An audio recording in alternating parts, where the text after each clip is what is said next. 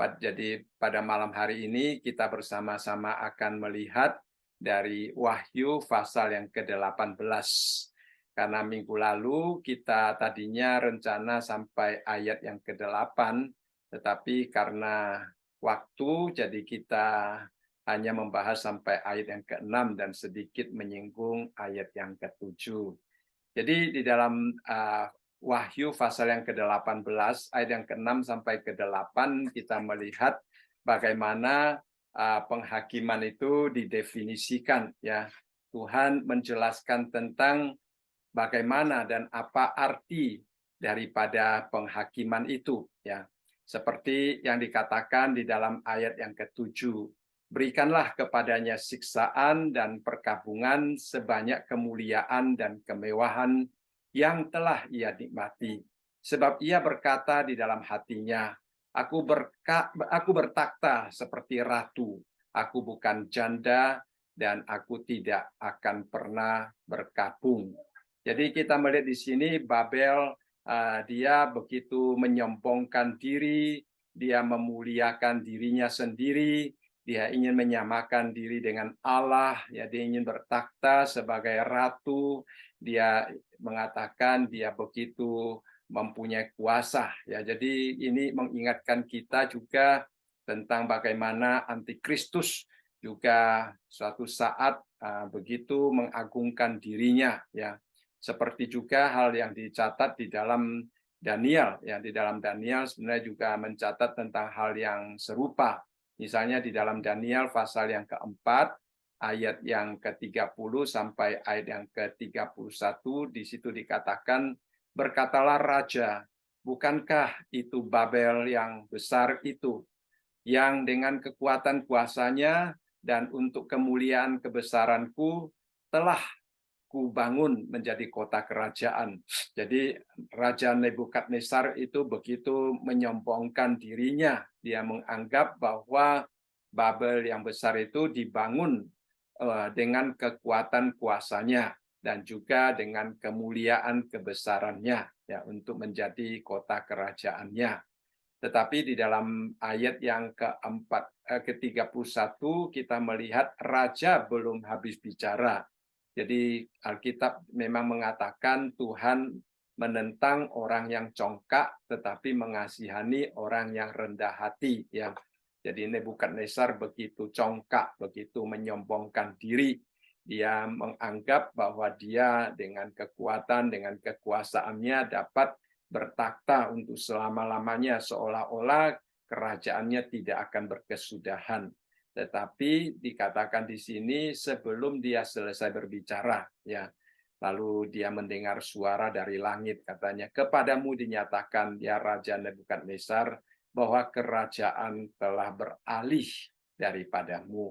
Jadi dia kehilangan kerajaan secepat begitu saja, ya. Jadi sejauh dia memuliakan dirinya sendiri dan hidup secara sensual, demikian juga secepat itu kerajaannya itu akan diambil daripadanya, ya. Jadi kita memang kadang-kadang mendapatkan kepercayaan daripada Tuhan secara sadar atau tidak sadar. Kita juga bisa mempunyai pikiran-pikiran yang seperti muncul di dalam pikiran Nebukadnezar, ya, yang gampang menganggap itu adalah hasil usaha sendiri, ya, kemampuan sendiri, sehingga melupakan karya Tuhan, melupakan pertolongan Tuhan. Pada akhirnya, ya, Tuhan akan campur tangan untuk mengingatkan kita, ya, kalau Tuhan masih memberikan kesempatan bagi kita bertobat, kita masih bisa kembali kepada Tuhan.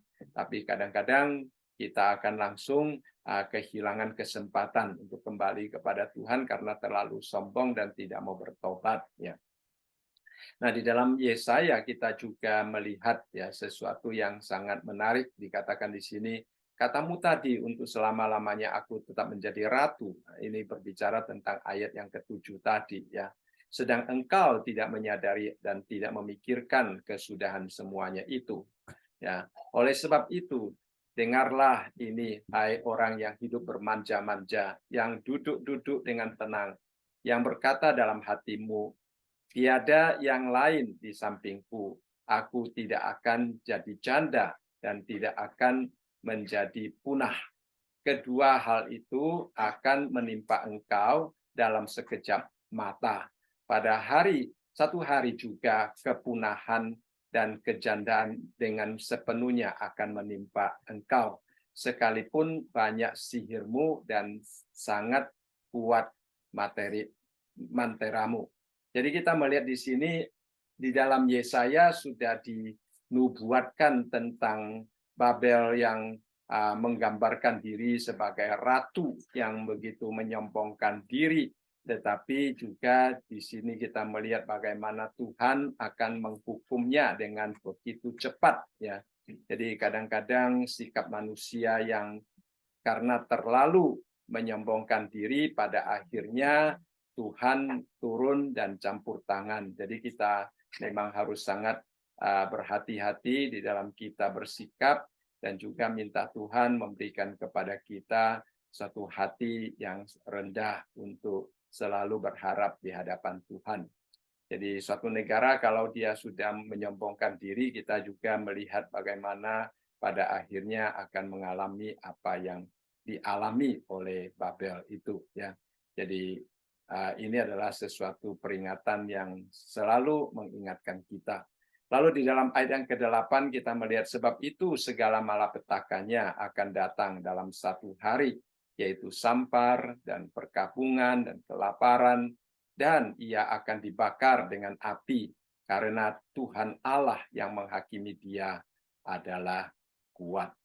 Nah, jadi dia dalam ayat yang ke-7 begitu menyombongkan diri, ya, karena begitu menyombongkan diri, akhirnya kita melihat di sini di dalam ayat yang ke-8, malapetaka akan datang dengan sangat cepat, ya, sama seperti apa yang dialami oleh Nebukadnezar tadi, ya. Nebukadnezar dia sebelum selesai berbicara, kerajaannya sudah diambil. Ya, di sini juga demikian, Babel dia begitu sombong, dia begitu meninggikan diri, memuliakan diri sendiri, akhirnya dikatakan di sini dengan sangat cepat, ya. Berapa lama? Satu hari. Jadi dalam satu hari sampar, perkabungan dan kelaparan, dan juga dia akan dibakar dengan api karena Tuhan yang menghakimi. Jadi kita melihat di sini ini adalah suatu penghakiman daripada Tuhan.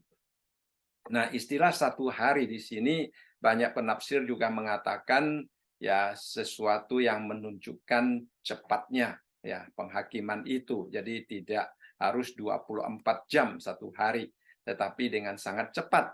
Seperti yang juga dikatakan di dalam ayat yang ke-10. Kita melihat ayat yang ke-10 mengatakan mereka akan berdiri jauh-jauh karena takut akan siksaannya, dan mereka akan berkata, celaka, celaka engkau, hai kota yang besar, Babel. Hai kota yang kuat, sebab dalam 1 jam saja sudah berlangsung penghakimanmu. Jadi bukan hanya satu hari, tetapi di dalam ayat yang ke-10 dikatakan 1 jam. Lalu di dalam ayat yang ke-21 lebih cepat lagi dikatakan, dan seorang malaikat yang kuat mengangkat sebuah batu sebesar batu kilangan, lalu melemparkannya ke dalam laut.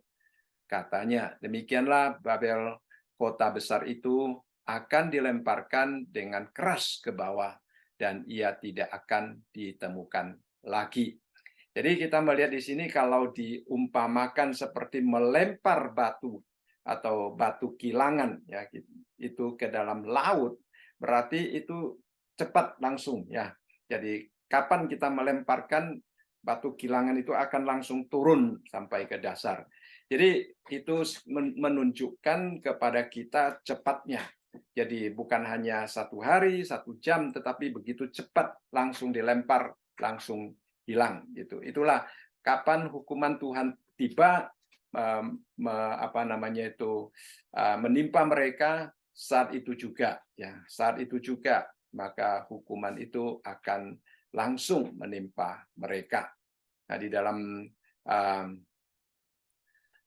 Daniel pasal yang ke-5 ayat yang ke-30 sampai ayat yang ke-31, kita juga melihat hal-hal yang begitu cepat menimpa raja-raja yang ada di dalam Babel yang kuno, ya. Dikatakan di dalam pasal yang ke-5 ayat yang ke-30, Pada malam itu juga terbunuhlah Belsasar, raja orang Kasdim itu.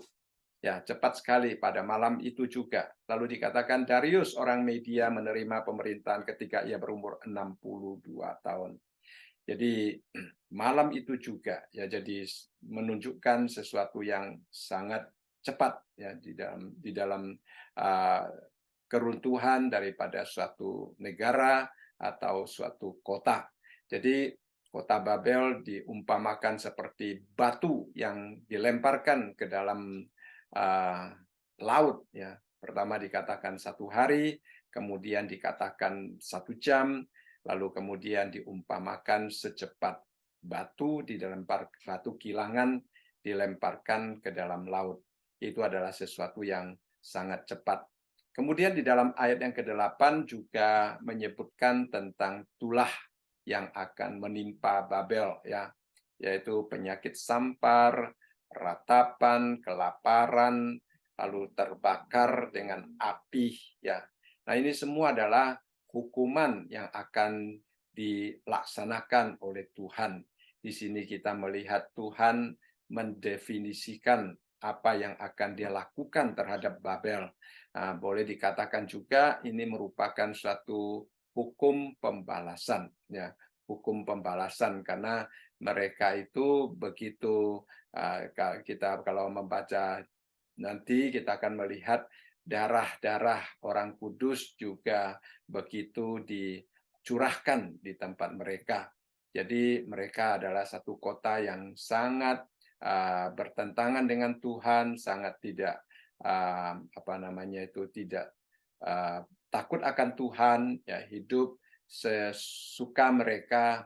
Ya, jadi kita melihat di sini hukuman Tuhan juga sangat keras terhadap mereka. Jadi murka Tuhan itu akan menimpa kepada mereka dengan beberapa tulah yang ada di sini dan membakar kota mereka dengan begitu saja sehingga kota mereka akan dibakar lenyap. Ya, kita lihat Tuhan di dalam penghakiman yang terakhir juga akan memakai api. Ya, kita ingat pada waktu zaman Nuh Tuhan memakai air bah dan Tuhan mengatakan dia tidak akan memakai air bah lagi, tetapi dia akan memakai api untuk menghukum. Ya, ini kita melihat terhadap Babel yang besar ini Tuhan membakar kota itu dengan api. Ya. Lalu di dalam ayat yang ke-9 dikatakan dan raja-raja di bumi yang telah berbuat cabul dan hidup dalam kelimpahan dengan dia akan menangis dan meratapinya apabila mereka melihat asap api yang membakarnya. Jadi kita melihat di sini raja-raja di bumi. Kita ingat ya ada 10 raja yang datang untuk bergabung dengan dia. Juga raja-raja dikatakan di sini mendapatkan kelimpahan, tetapi juga berbuat cabul. Istilah cabul kembali di sini adalah suatu penyembahan, ya, suatu penyembahan terhadap ilah lain, maka dianggap sebagai suatu penyelewengan. Karena kalau kita diciptakan Tuhan, kita seharusnya menyembah Tuhan. Jadi kalau ada orang menyembah kepada yang lain, itu adalah sesuatu penyelewengan. Jadi di sini digunakan istilah berbuat cabul. Artinya raja-raja itu menyembah dia.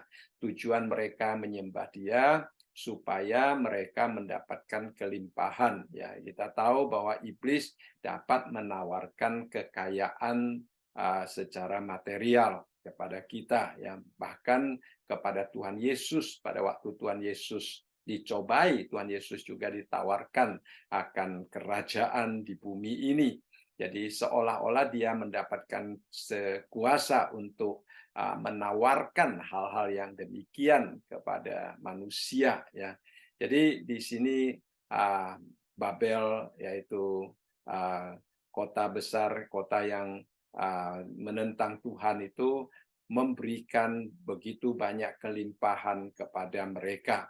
Jadi mereka menangisinya, ya. Mereka menangisi akan Babel karena melihat asap yang membakarnya.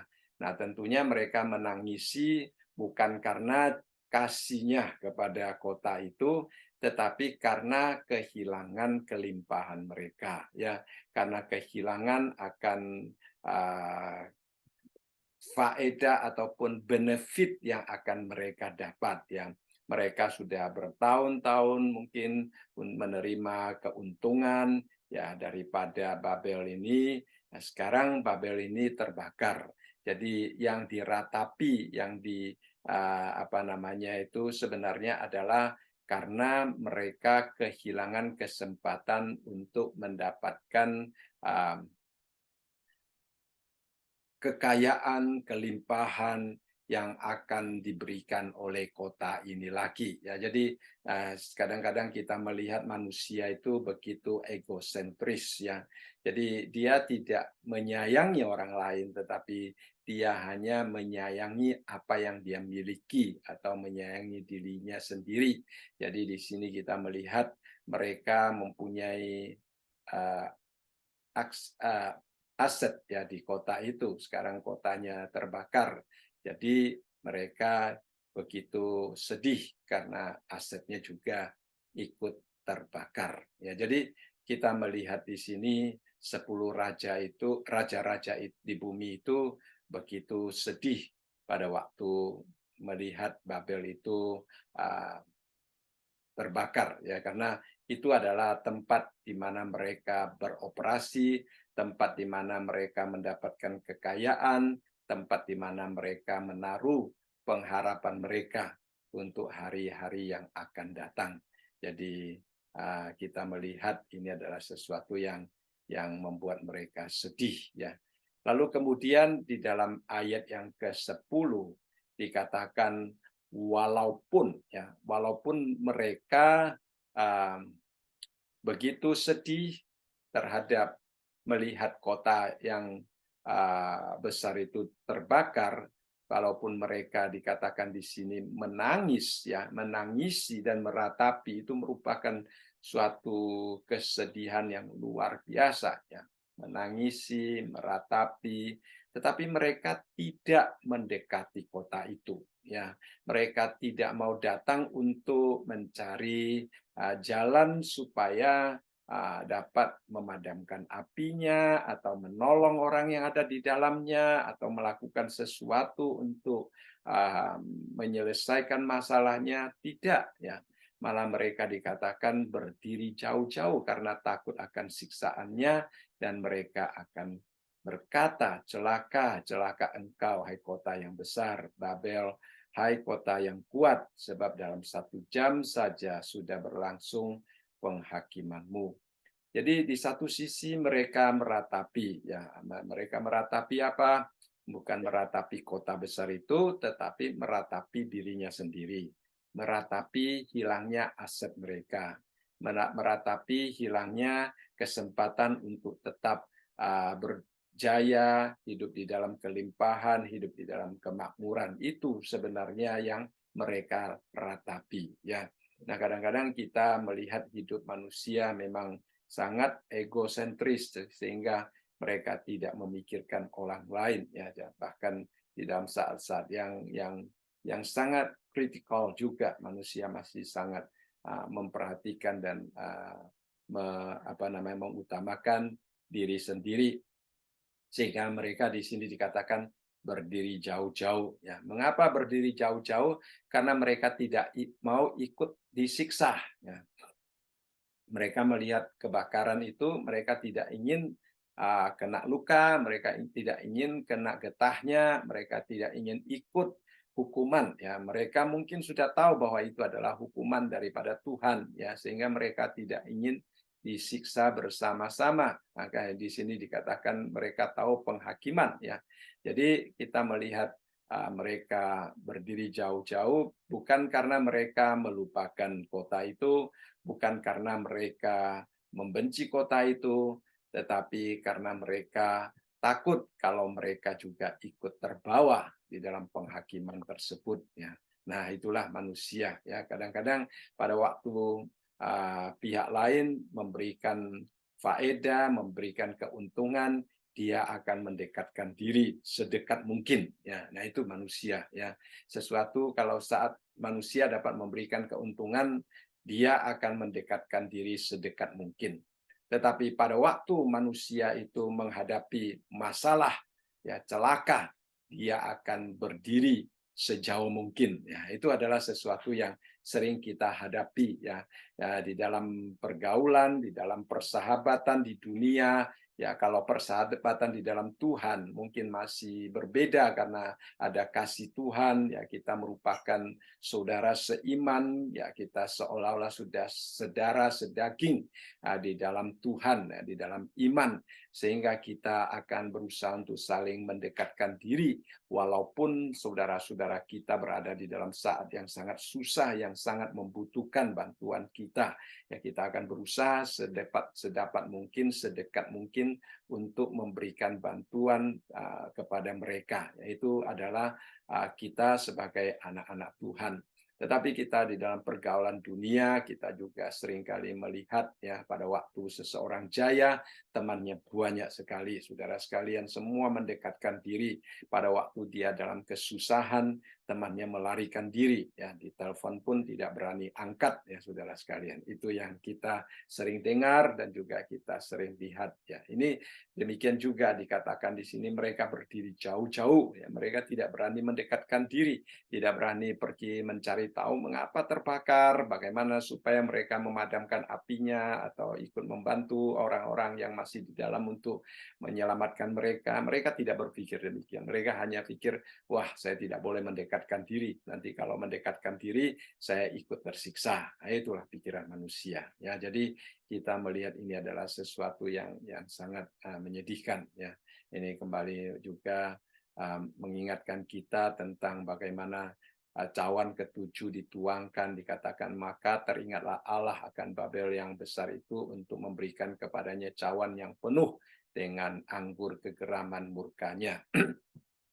Jadi kebakaran kota Babel yang besar itu semata-mata merupakan kegeraman murka Tuhan. Ya, orang-orang raja-raja pada waktu itu juga mereka mengetahui bahwa itu adalah penghakiman, ya, penghakiman yang dilakukan oleh Tuhan terhadap kota itu. Jadi kota itu hancur semata-mata karena Tuhan sudah mulai bertindak. Lalu sebagian penafsir mengatakan kelihatannya karena kota ini sudah dihukum oleh Tuhan, sudah dihancurkan oleh Tuhan, maka raja-raja itu nantinya akan kembali mencari kekuatan yang baru. Ya, mereka akan mengandalkan antikristus dan kemudian mereka akan berkumpul di Armageddon untuk berperang dengan Tuhan Yesus dan serdadu-serdadunya. Ya, jadi kita melihat di sini kota Babel yang tadinya mereka andalkan, sekarang mereka berdiri jauh-jauh, kemudian mereka nantinya akan mencari yang lebih kuat lagi atau yang lebih dapat diandalkan. Ya, jadi itu adalah kota Babel yang menghancurkan itu, dihancurkan itu, yaitu terjadi sebelum pada waktu trompet yang ketujuh dibunyikan, ya pada waktu bunyi sangkakala yang ketujuh. Jadi kita melihat itu adalah hukuman daripada Tuhan. Lalu kita melihat di dalam ayat yang ke-11 dikatakan, dan pedagang-pedagang di bumi menangis dan berkabung karena dia, sebab tidak ada orang lagi yang membeli barang-barang mereka. Nah, kembali kita melihat ini adalah para penguasa, pengusaha. Ya, ini adalah para pengusaha. Mereka juga merupakan bagian daripada kesepakatan untuk mendapatkan keuntungan daripada kota Babel ini. Karena kota Babel kelihatannya sudah menjadi pusat perdagangan mereka. Jadi mereka itu akan membawa barang-barang mereka ke kota ini untuk dijual, mereka akan mendapatkan keuntungan daripada kota ini. Nah, sekarang kota ini sudah tidak ada, ya mereka menangis, ya mereka berkabung. mereka menangis dan berkabung kembali, bukan menangisi orang-orang yang ada di kota ini mendapatkan hukuman sehingga menyedihkan. Ya, kadang-kadang kita mendengar ada suatu kecelakaan atau ada suatu bencana alam, ada sesuatu hal yang tidak diinginkan terjadi, kita menangis, kita berkabung karena kita merasa sedih. Ya, orang-orang yang ada di situ, ya mereka mengalami kecelakaan atau bencana tersebut. Ya, jadi kita menangisi orang-orang yang ada di sana.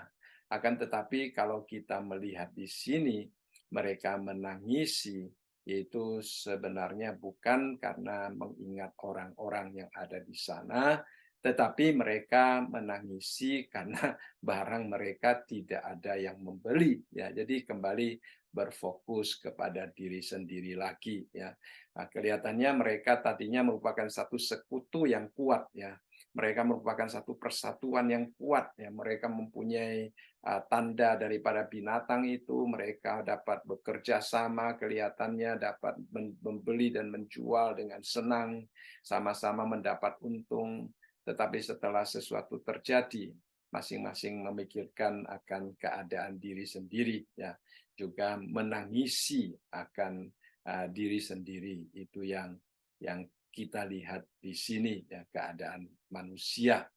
Lalu kemudian di dalam ayat yang ke-12 menceritakan tentang barang-barang yang mereka jual, ya, barang-barang yang mereka jual di sini dikatakan yaitu barang-barang dagangan dari emas dan perak, permata dan mutiara dan lenan halus dan kain ungu dari sutera, dari kain kirmizi, berbagai jenis barang dari kayu yang harum baunya, berbagai jenis barang dari gading, berbagai jenis barang dari kayu yang mahal, dari tembaga, besi, dan pualam. Ya, jadi kita melihat di sini banyak barang-barang yang datangnya dari tempat-tempat yang berbeda-beda. Ya, jadi ada perak, ada emas, permata, ya, mutiara, ya, itu kemungkinan barang-barang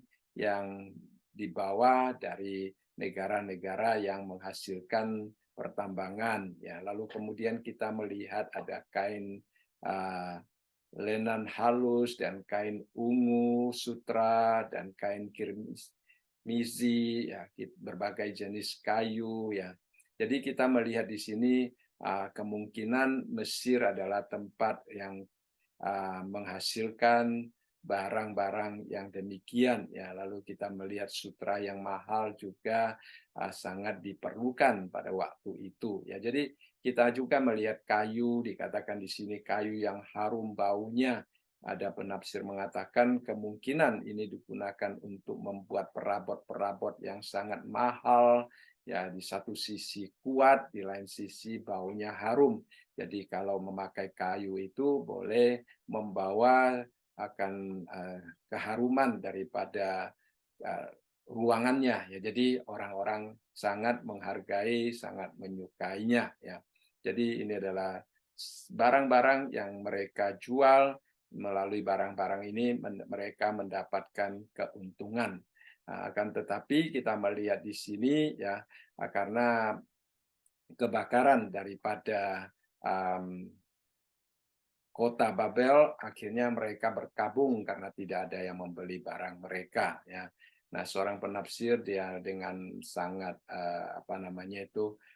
sangat detail dia mengatakan kelihatannya masa sengsara besar ini adalah berada di dalam tengah-tengah masa sengsara besar. Ya, masa sengsara besar masih ada orang mendapatkan keuntungan yang luar biasa. Ya, nah, kadang-kadang memang ada orang yang pintar mencari keuntungan-keuntungan di masa-masa kesukaran. Ya, pada tahun 2008 pada waktu ekonomi sedang mengalami resesi, kita melihat juga banyak orang mendapatkan kesempatan untuk membeli rumah-rumah, ya, real estate dan juga stok dan sebagainya yang akhirnya mereka mendapatkan keuntungan. Ya, nah, Kita melihat masa pandemi juga ada toko-toko obat yang kelihatannya mendapatkan kesempatan ya. Jadi kita melihat di sini di tengah-tengah masa sengsara besar juga ada pedagang-pedagang yang kelihatannya mendapatkan keuntungan yang luar biasa ya. Akan tetapi di sini kita melihat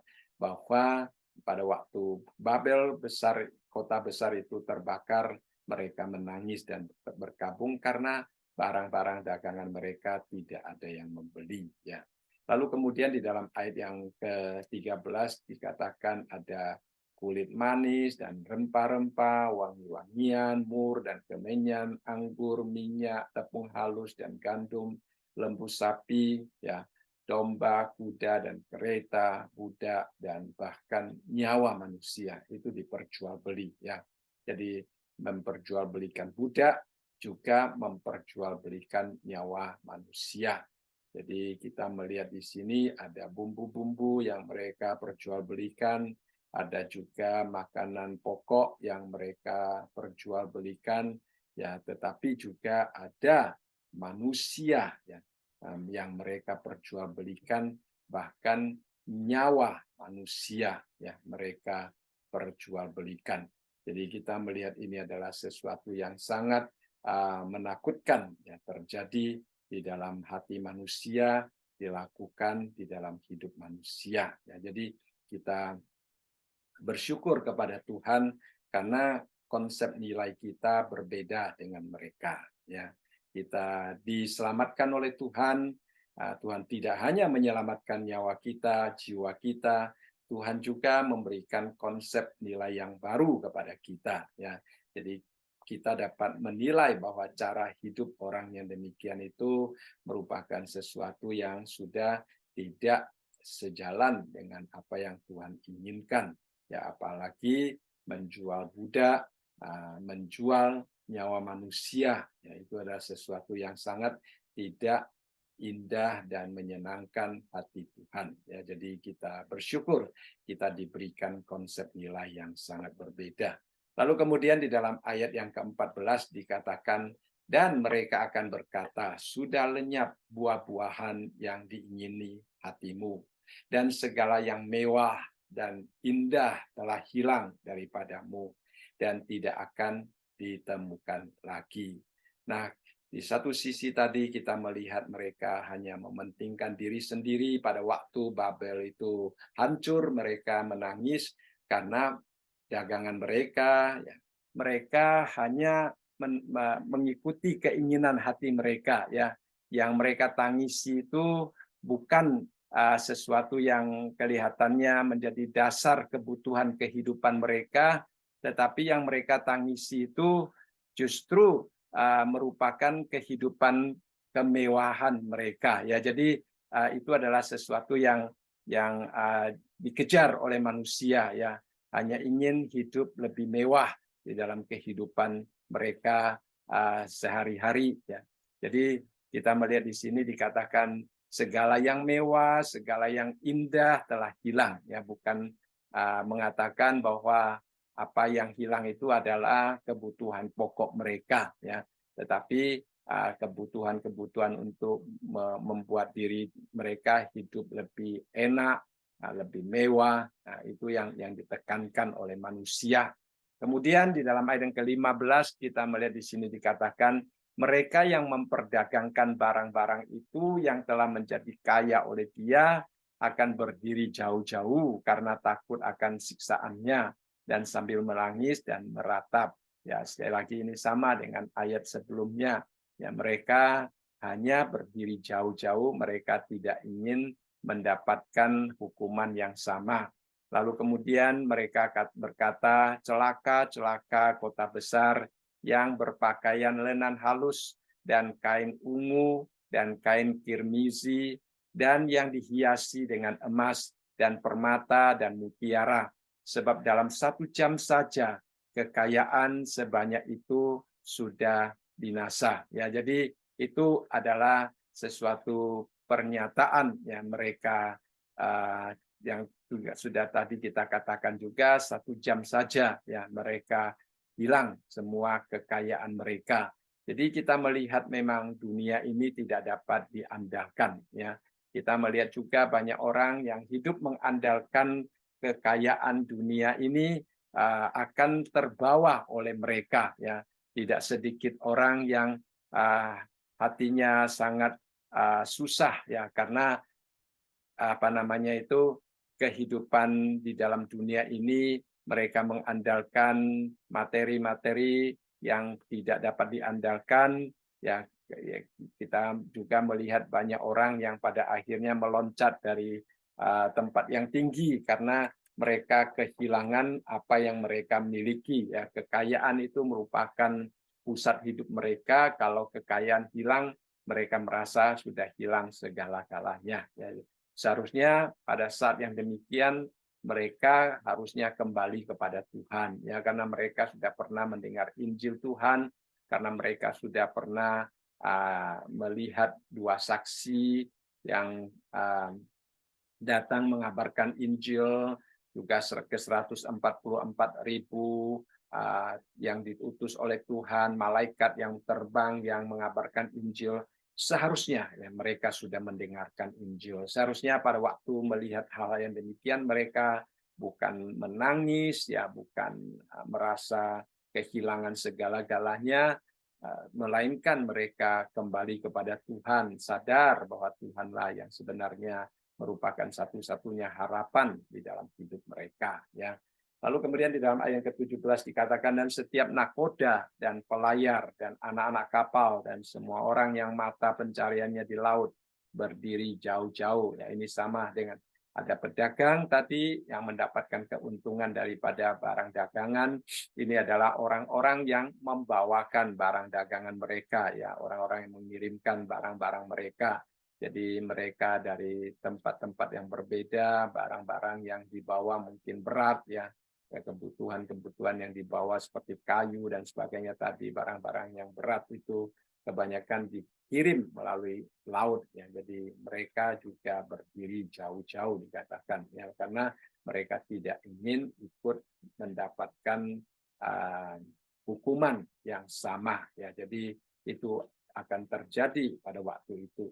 Lalu di dalam ayat yang ke-18 kita melihat, dan berseru ketika mereka melihat asap api yang membakarnya. Katanya, kota manakah yang sama dengan kota besar ini? Artinya mereka pada waktu melihat kota Babel yang besar itu terbakar, mereka merasa kalau kota besar yang seperti begitu aja terbakar sedemikian rupa, ya, apalagi kota-kota yang lain, ya, karena kota Babel ini adalah kota yang sungguh-sungguh luar biasa, ya, suatu kota yang mereka andalkan aja terbakar, ya, apalagi kota-kota yang lain akan lebih terbakar lagi. Jadi itu merupakan satu apa namanya, ya, satu peringatan bagi mereka bahwa dunia ini sedang mengalami kehancuran total yang dilakukan oleh Allah.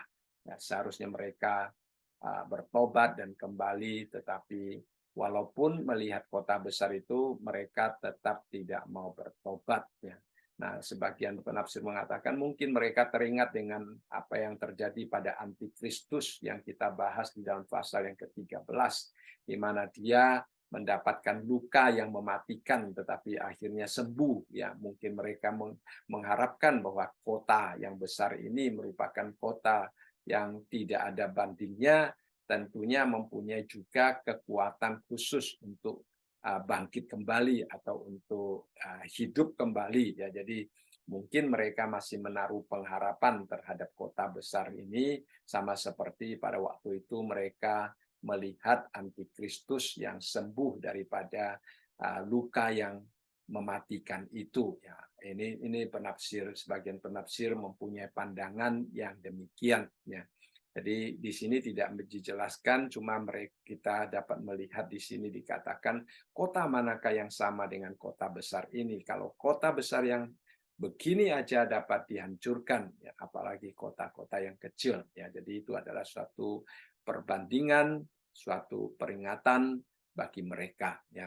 Lalu kemudian di dalam ayat yang ke-19 dikatakan, dan mereka menghamburkan debu ke atas kepala mereka dan berseru sambil menangis dan meratap, katanya, celaka, celaka kota besar yang olehnya semua orang yang mempunyai kapal di laut telah menjadi kaya oleh barangnya yang mahal, sebab dalam 1 jam saja ia sudah binasa. Jadi ini adalah satu tangisan, ya, tangisan dengan menghamburkan debu ke atas kepala mereka. Ya, jadi di dalam Ayub pasal yang kedua kita melihat Ayub pada waktu kehilangan segala-galanya, dia juga menangis dan dia juga menghamburkan debu ke atas kepalanya. Ya, di dalam ratapan pasal yang kedua kita juga melihat demikian.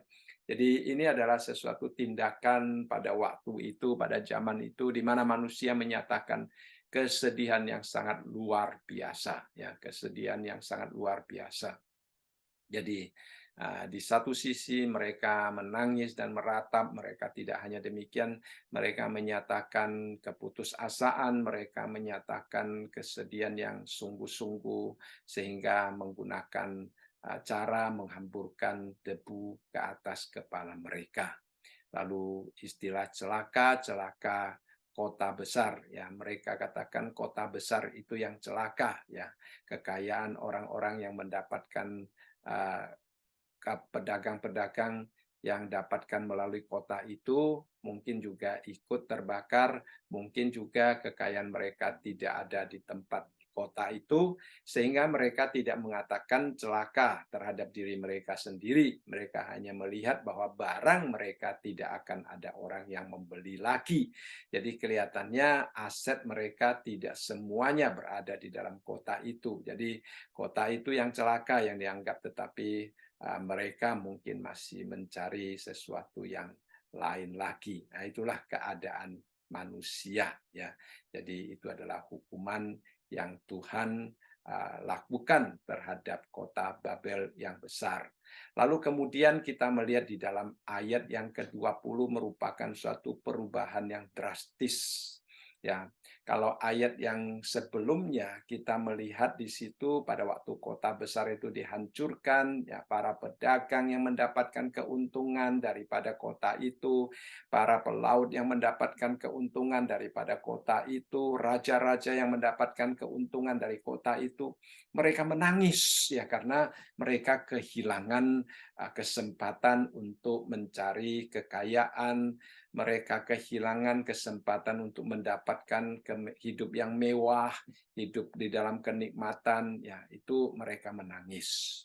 Akan tetapi di dalam ayat yang ke-20 kita melihat kepada orang-orang kudus, rasul-rasul dan nabi-nabi, ya, ada suara yang mengatakan, bersukacitalah atas dia, hai surga, dan kamu, hai orang-orang kudus, rasul-rasul dan nabi-nabi, karena Allah telah menjatuhkan hukuman atas dia karena kamu. Jadi kita belajar satu hal yang sangat indah di sini, ya. Siapa yang berbicara di sini? Kalau kita kembali ke ayat yang keempat, itu adalah malaikat yang dari surga, ya, berbicara, ya. Di dalam pasal yang keempat kita juga melihat hal-hal yang sama, ya. Malaikat juga berbicara. Kita melihat di sini satu hal yang sangat indah, ya, kepada kita orang-orang kudus, ya, rasul-rasul dan nabi-nabi, ya, juga kepada tentara surgawi, ya, kita melihat di sini istilahnya adalah bersukacitalah. Ini adalah sesuatu yang sangat bertolak belakang dengan keadaan yang dialami oleh raja-raja, pedagang-pedagang, pelaut, dan orang-orang yang mendapatkan keuntungan daripada kota Babel. Ya, ini adalah orang-orang yang tadinya mendapatkan ancaman, bahkan tidak sedikit yang mati syahid di kota Babel, ya, karena kota Babel itu begitu menentang Tuhan dan menentang umat Tuhan. Jadi di dalam ayat yang di sini menunjukkan kepada kita bahwa Tuhan kita itu setia, ya, dia pernah menjanjikan pembalasan.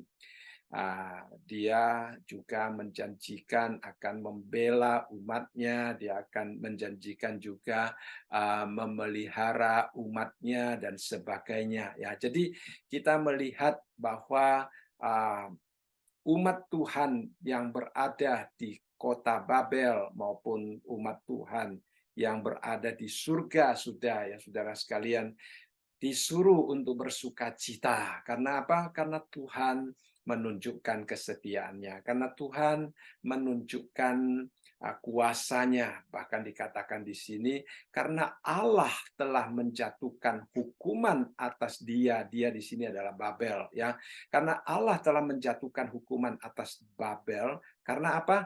Karena kamu. Jadi Tuhan membalas kejahatan mereka untuk orang-orang kudus, untuk rasul-rasul, untuk nabi-nabi yang tadinya disiksa, yang tadinya dibunuh, ya, darahnya dicurahkan oleh kejahatan daripada Babel itu. Sekarang Tuhan bertindak justru untuk mereka, ya, untuk kita. Jadi itu adalah satu seruan kemenangan daripada Tuhan Yesus, kemuliaan yang Tuhan Yesus nyatakan ya di tengah-tengah kejahatan daripada umat manusia, ya, juga karena kerajaan Allah sudah begitu dekat, ya, karena kutukan terhadap kota Babel, hukuman penghancuran terhadap kota Babel itu merupakan langkah-langkah yang semakin mendekati kerajaan Allah yang penuh damai, penuh sukacita, sehingga di sini kepada orang-orang kudus, ya, rasul-rasul, nabi-nabi, dan juga surga, yaitu bala tentara surgawi ataupun mereka yang sudah kembali ke pangkuan Bapa di surga, ya. Semua itu akan bersukacita karenanya. Ya, jadi ini adalah satu hal yang indah yang kita lihat, ya, yang bertentangan dengan apa yang dialami oleh orang dunia, ya.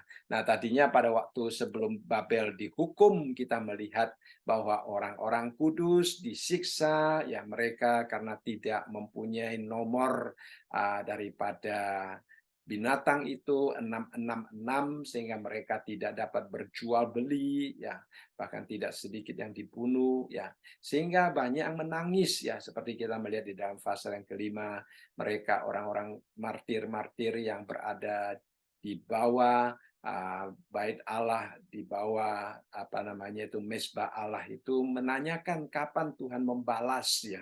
Nah, sekarang Tuhan membalas untuk mereka sehingga mereka boleh bersukacita. Ya, ini adalah sesuatu hal yang indah.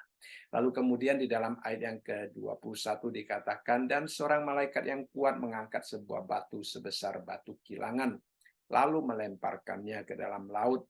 Katanya, demikianlah Babel, kota besar itu akan dilemparkan dengan keras ke bawah, dan ia tidak akan ditemukan lagi. Jadi mereka melihat, ya, Babel itu dibakar, ya.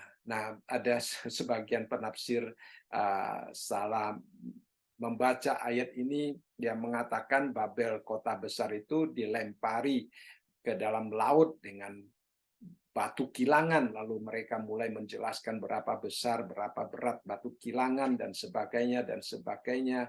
Ya, itu sebenarnya di sini hanya suatu perumpamaan, dikatakan sebagaimana, ya, malaikat itu melemparkan batu kilangan itu, ya, demikian juga katanya Babel kota besar itu akan dilemparkan dengan keras ke bawah, ya. Dia tidak dikatakan dilempar ke laut, ya, tidak mengatakan juga melempar dengan batu kilangan itu ke atas kota itu sehingga kota itu bersama-sama tenggelam ke dalam laut, ya, tidak. Tetapi dikatakan secepat itu, ya, secepat itu batu yang dilemparkan ke dalam laut itu begitu cepat turun, ya. Demikian juga Babel kota besar itu dibakar sehingga dengan cepat asapnya kelihatan kepada orang-orang, tetapi kotanya sudah tenggelam, ya. Kotanya sudah tenggelam. Itu artinya. Jadi di satu sisi orang dapat lihat dari jauh, wah, asapnya luar biasa. Tetapi di tempat itu, kota itu sudah tenggelam karena terbakar oleh hukuman Tuhan. Jadi sangat luar biasa ya hukuman daripada Tuhan. Begitu cepat, begitu menakutkan. Ya, jadi itu yang terjadi. Ya, itu yang terjadi di dalam kehidupan orang-orang yang tidak takut akan Tuhan, yang menyembah kepada antikristus, yang mendapatkan keuntungan dengan memiliki nomor binatang 666 itu, dan juga yang dikatakan bercabul dengan kota Babel itu. Ya, jadi itulah mereka dihukum. Ya.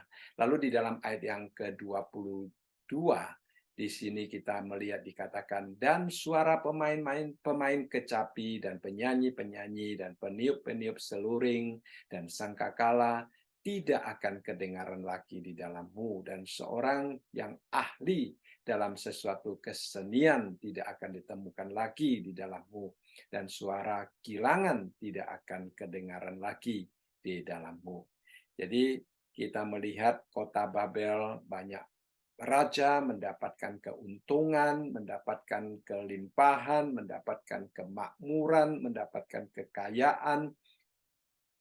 Tetapi di lain sisi kota itu juga merupakan kota yang menghibur mereka. Ya, itulah biasanya ya penghiburan dan kekayaan berjalan bersama-sama. Ya, kota yang semakin jaya, semakin makmur secara finansial, juga akan sangat tergoda dengan kehidupan penghiburan. Ya. Nah, hiburan itu bisa bermacam-macam ya saudara sekalian. Kalau hiburan yang tidak ada di dalam Tuhan itu biasanya berhubungan dengan kegelapan-kegelapan ya, kehidupan-kehidupan yang tidak bersusila, ya kehidupan-kehidupan yang berhubungan mungkin dengan alkohol, mungkin dengan drug dan sebagainya ya.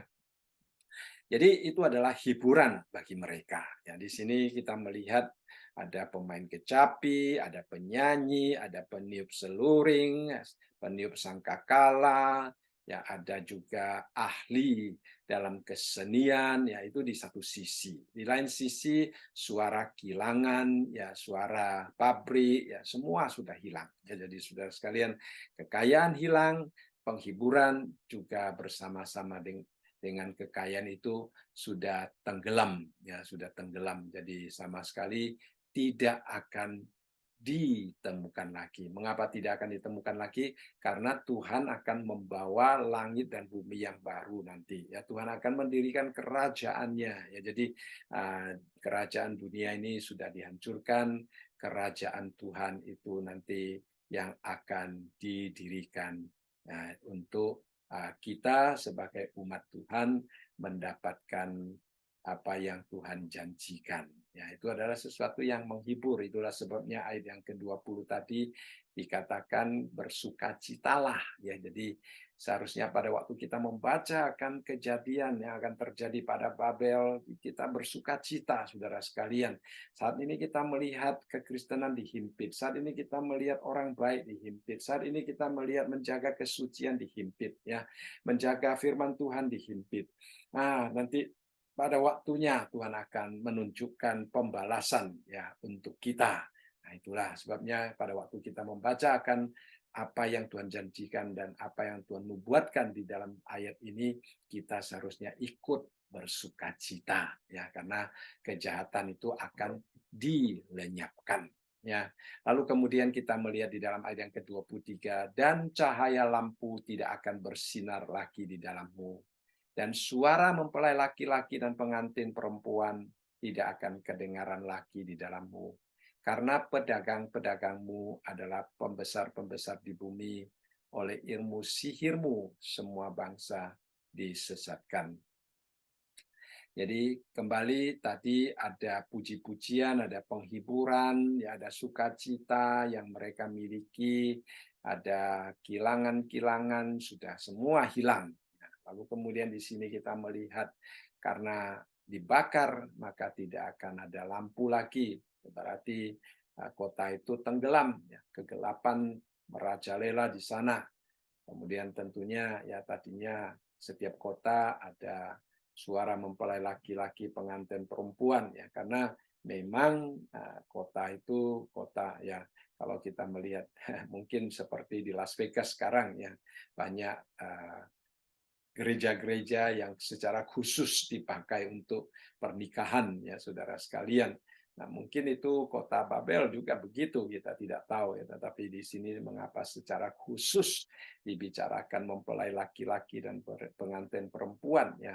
Mungkin memang di situ dipakai sebagai tempat yang mewah, sehingga ada pujian-pujian, yang ada penyanyi-penyanyi, peniup seluring dan sebagainya di situ, ya. Dan mungkin itulah kota seperti Las Vegas pada hari ini, di mana banyak gedung-gedung gereja yang hanya secara komersial, ya, disewakan untuk pernikahan, ya, mungkin, ya. Jadi itulah sebabnya di sini secara khusus disebutkan tentang mempelai laki-laki, tentang pengantin perempuan yang tadinya suaranya, ya, mungkin mereka begitu bersukacita untuk mendapatkan tempat di mana mereka boleh merayakan akan pernikahan mereka, ya.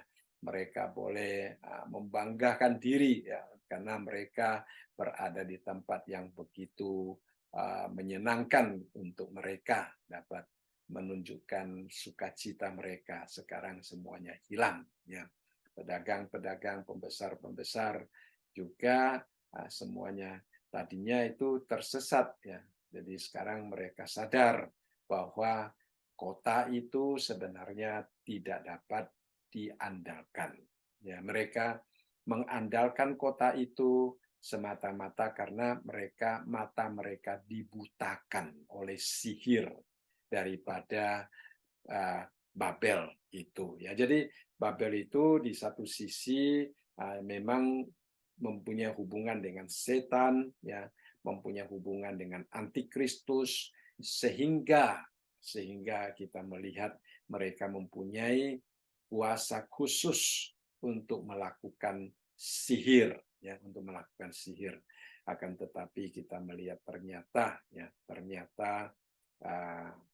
kemudian mungkin mereka sadar bahwa mereka telah disesatkan, ya, mungkin, tetapi sayangnya tetap mereka tidak mengalami pertobatan, ya. Itulah yang menyayangkan.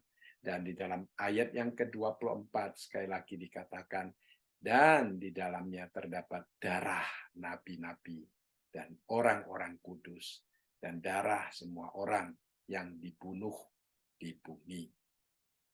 Jadi kalimat ini mengakhiri kota Babel yang dihukum Tuhan untuk memberitahukan kepada kita, Tuhan menghukum dia dengan alasan yang sangat jelas. Karena kota Babel itu begitu jahat di mata Tuhan. Nah, mereka membunuh orang-orang kudus, mereka membunuh nabi-nabi, mereka membunuh semua orang yang percaya kepada Tuhan. Ya, jadi kita melihat di sini mengapa Tuhan begitu menghukum kota Babel, ya. Karena kejahatan-kejahatan yang ada di kota itu. Ya, itulah sebabnya Tuhan dengan sangat keras yang menghukum mereka, membakar, ya. Nah, dalam satu hari, dalam 1 jam, bahkan secepat pelemparan batu ke laut. Ya, itu adalah suatu hukuman yang luar biasa. Nah, minggu depan kita akan mulai pasal yang ke-19. Ya, kita melihat di dalam ayat yang pertama dan kedua. Kemudian daripada itu akan mendengar seperti suara yang nyaring dari himpunan besar orang banyak di surga, katanya, haleluya, keselamatan dan kemuliaan dan kekuasaan adalah pada Allah kita. Sebab benar dan adil segala penghakimannya. Karena ialah yang telah menghakimi pelacur besar itu yang merusak bumi dengan percabulannya, dan ialah yang telah membalaskan darah hamba-hambanya atas pelacur itu. Jadi kita melihat di sini puji-pujian, ya tadi di dalam ayat yang ke-20, pasal yang ke-18, berkata bersukacitalah. Nah kita melihat ini adalah suatu sukacita, ya pujian kepada Allah, karena pembalasan daripada Allah. Jadi apa yang kita pelajari hari ini, kita melihat kota Babel yang begitu jahat, ya saudara sekalian, membunuh nabi, membunuh orang kudus, ya itu pada waktunya Tuhan akan menghakimi, Tuhan akan menghancurkan. Jadi hari ini kalau saudara melihat ada kejahatan seolah-olah melampaui kekuatan kita, melampaui akan